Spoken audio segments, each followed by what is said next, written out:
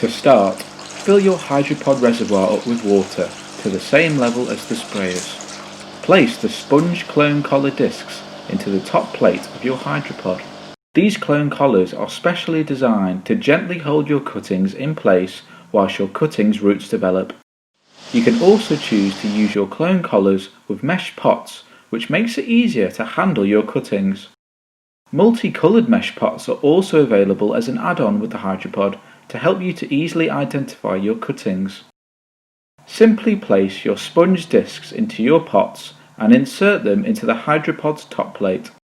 Lift up the top plate to see the reservoir that sprays a constant mist which maintains moisture without waterlogging, preventing root rot and fungal infections. Choose what type of cutting you want to take. In our case, we are taking a papaya cutting from these papaya plants. Removing some of the leaves reduces the amount of transpiration.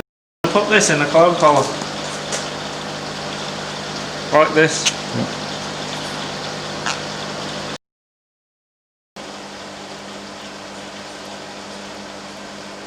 There, look. Paul places the pot into the top plate, taking care to rotate the plant inwards to protect it once the lid is applied. Paul repeats this process for all his cuttings until his Hydropod is filled. Once you have your desired number of cuttings, you're ready to let the Hydropod do its magic. Paul secures the Hydropod lid and ensures the vent is shut.